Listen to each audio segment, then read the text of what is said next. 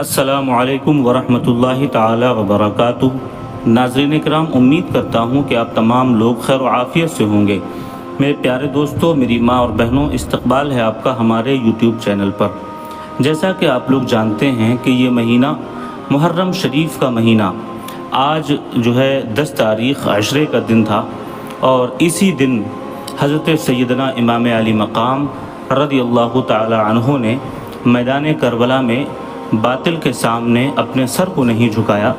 اپنے پورے خاندان کو شہید کروا دیا، شہید ہوتا ہوا دیکھ لیا، اور خود بھی راہ خدا میں شہید ہو گئے، لیکن باطل کے ہاتھ میں ہاتھ نہیں دیا، باطل کے سامنے اپنے سر کو نہیں جھکایا، اور قیامت تک کے لیے امت مسلمہ کو ایک درس دے گئے۔ یہ درس دے گئے کہ کبھی بھی باطل کے آگے ہمیں جھکنا نہیں ہے، بلکہ باطل کا ڈٹ کر مقابلہ کرنا ہے، کیونکہ میدان کربلا میں جو لوگ امام حسین کے مقابلے میں آئے تھے، 22,000 کا لشکر تھا، ابن زیاد وغیرہ تھے،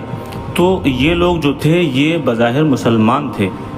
اور مسلمان ہی تھے۔ ان میں بہت سے ایسے تھے جو صحابہ کو جنہوں نے دیکھا تھا، اور تابعین بھی تھے، اور مطلب جو ہے مسلمان تھے، نمازیں پڑھنے والے تھے، روزے رکھنے والے تھے، اور ایسے لوگ تھے جو یزید کے ہاتھ پر بیعت کر چکے تھے، اور یزید جو تھا ایک فاسق و فاجر انسان تھا، وہ حرمت قرآن کو پامال کرنے والا تھا، حدیث رسول کی عزت نہ کرنے والا تھا، سنت رسول کو برباد کرنے والا تھا، اور شریعت کے قانون کی دھجیاں اڑانے والا تھا۔ یزید نے اپنی زندگی کے اندر بے شمار گنہگاریاں کی۔ یزید شرابی تھا،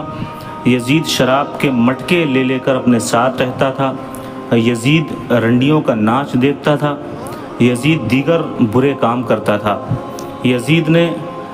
زندگی میں ایک ہی حج کیا، وہ بھی حج کیسے کیا؟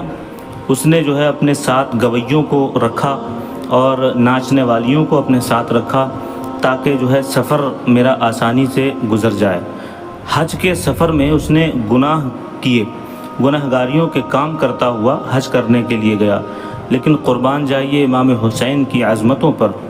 امام حسین اور امام حسن مجتبیٰ رضی اللہ تعالی عنہ، جگر گوشہ بطول سیدہ کے لالوں نے جب حج کیے تو پیدل 25 حج کیے۔ امام علی مقام نے 25 حج کیے، وہ بھی پیدل، اور امام حسین امام حسن دونوں بھائیوں نے 25 حج جو ہے ساتھ میں کیے اور پیدل کیے۔ تو یہ عظمتیں ہیں میرے حسین کی۔ حسین وہ ہیں جو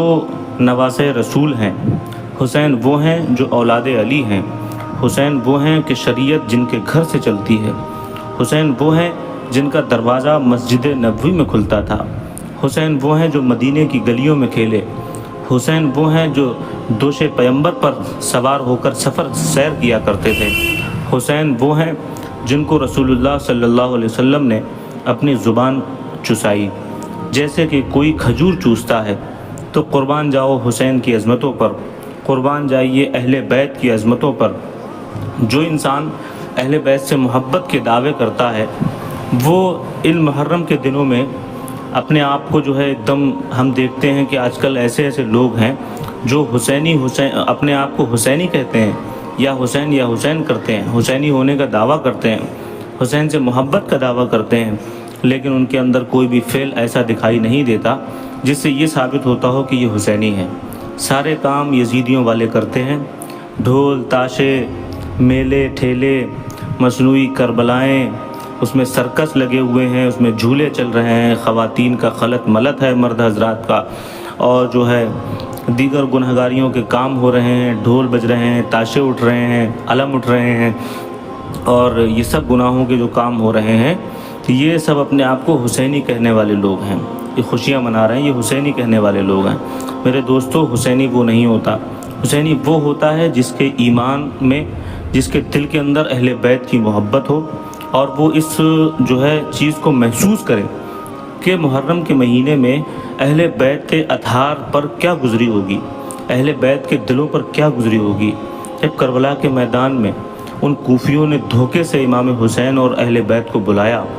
دھوکے سے بلایا کہ ہم آپ کی بیعت کریں گے، ہمارا کوئی امام نہیں ہے، ہم آپ کو امام بنائیں گے اور آپ تشریف لے آئیے۔ دھوکے سے امام حسین کو بلایا، اور جب امام حسین وہاں پہنچے اپنے اہل خانہ کو لے کر، تو ان لوگوں نے غداری کی، ان لوگوں نے بے وفائی کی اور برسر پیکار ہو گئے، امام حسین کے مقابلے میں آ گئے اور ان کی جان کے دشمن بن گئے۔ تو میرے پیارے دوستو، ہمیں یہ احساس کرنا چاہیے، اس چیز کو اپنے دل پر محسوس کرنا چاہیے کہ اہل بیت اطہار پر، حضور کی اولادوں پر اس وقت کیا گزری ہوگی جب سیدہ زینب کے اور امام حسین کے بچوں کے ساتھ بے حرمتی کی گئی، حضرت سکینہ کی چادر چھینی گئی، ان کی بالیاں نوچ لی گئیں، ان کے ساتھ بے ادبی اور گستاخانہ رویہ اختیار کیا گیا۔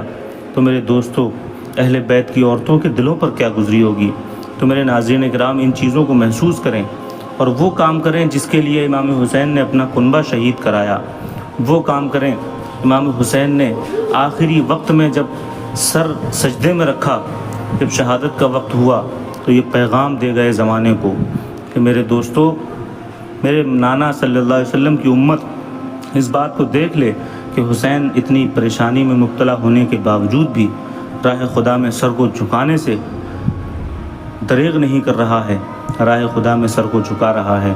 تو یہ پیغام ہمیں اور آپ کو دے کے گئے۔ تو ایک شاعر کا شعر ہے، باغ جنت کے ہیں بہرے مدح خانے اہل بیت۔ حضرت علامہ حسن رضا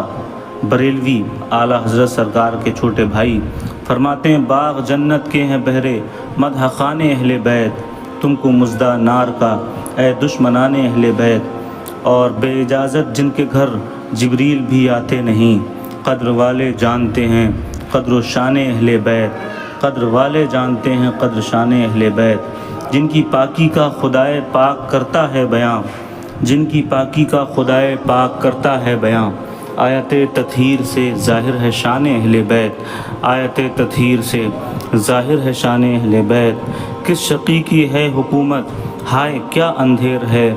دن دہاڑے لٹ رہا ہے کاروان اہل بیت، دن دہاڑے لٹ رہا ہے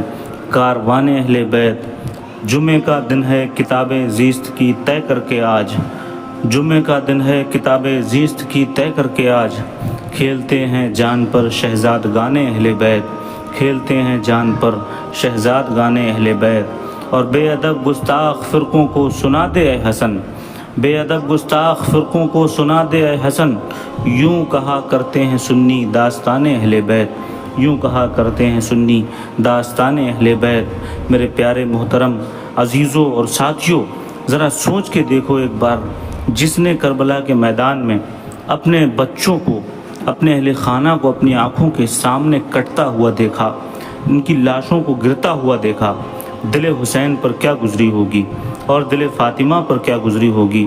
دل رسول صلی اللہ علیہ وسلم پر کیا گزری ہوگی۔ میرے محترم ساتھیوں، اپنے آپ کے دلوں کے اندر ذرا جھنجھوڑو اور یہ بات محسوس کرو۔ اور جو لوگ یہ کہتے ہیں کہ حسین مر گئے، میرے دوستو، قرآن اس بات کا شاہد ہے۔ لوگ یزید کو رحمۃ اللہ علیہ کہتے ہیں اور حسین کو باقی کہتے ہیں، معاذ اللہ رب العالمین۔ ان لوگوں کو یہ سوچنا چاہیے کہ قرآن شاہد ہے، وَلَا تَقُولُوا لِمَنْ يُقْتَلُ فِي سَبِيلِ اللَّهِ أَمْوَاتٌ، جو اللہ کی راہ میں شہید کیے جائیں انہیں مردہ نہ کہو، بلکہ وہ زندہ ہیں اور تمہیں ان کی زندگی کا شعور ہی نہیں، ان کو مردہ گمان ہی مت کرو، گمان بھی نہیں کرنا چاہیے۔ تو میرے محترم دوستو، میں گزارش کرتا ہوں آپ حضرات سے کہ میری باتوں کو سنیں اور اس پر عمل کریں، اور اللہ کی بارگاہ میں دعا ہے کہ میرے بولنے میں اگر کوئی لغزشیں اور خطائیں ہو گئی ہوں، اللہ اہل بیت کے صدقے میں ان غلطیوں کو معاف فرمائے۔ ناظرین اکرام، جو لوگ چینل پر نئے تھے وہ چینل کو سبسکرائب کر لیں، ویڈیو کو لائک اینڈ شیئر کر دیں۔ السلام علیکم ورحمۃ اللہ تعالی وبرکاتہ۔